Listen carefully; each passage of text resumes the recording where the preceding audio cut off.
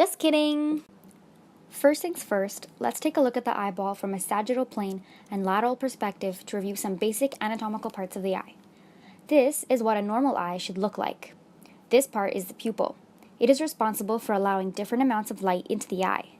The part surrounding it is the iris, which is the thin, circular mechanism that controls the diameter and size of the pupil.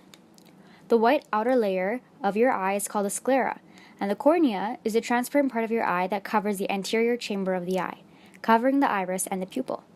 Its other function is to refract light and is responsible for 2/3 of our eye's total optical power. This is important to remember because I will be talking about LASIK and how optical correction surgery is not a cure. The lens, which sits behind the iris, is an elastic substance that can change shape under different stimuli, which I will be explaining further on. The retina is the sensory layer at the back of the eye, which is composed of specialized cells called photoreceptors. More on that later. They are responsible for converting the light refracted onto it into signals that can be interpreted by the brain.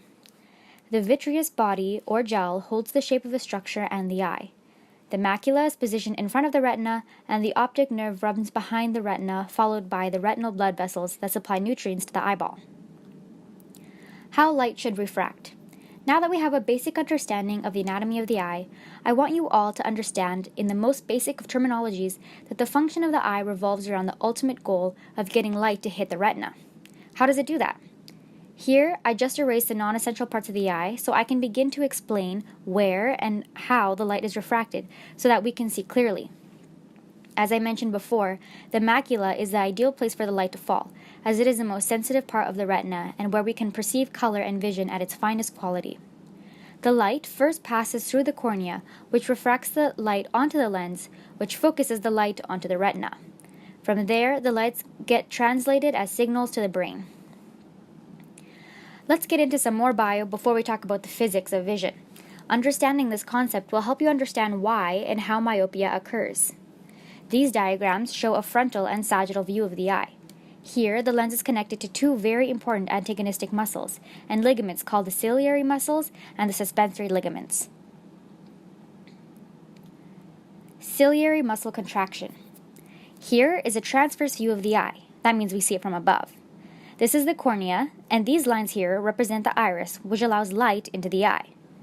This bulge here is the lens, which are attached to antagonist muscles called the suspensory ligaments or the zonules.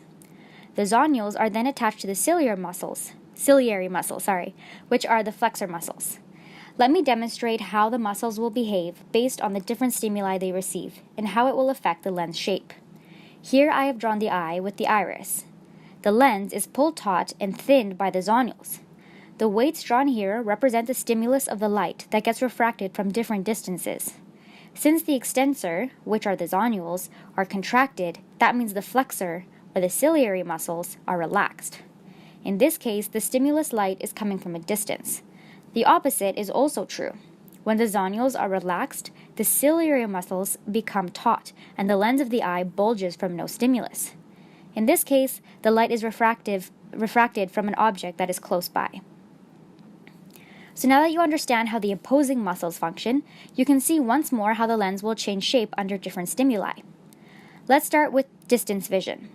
This is a sagittal and frontal view of the eyeball. This is a lens attached to both the ciliary and zonule muscles. When looking at something in the distance, the lens will thin out because the ciliary muscles relax, while the suspensory ligaments tighten.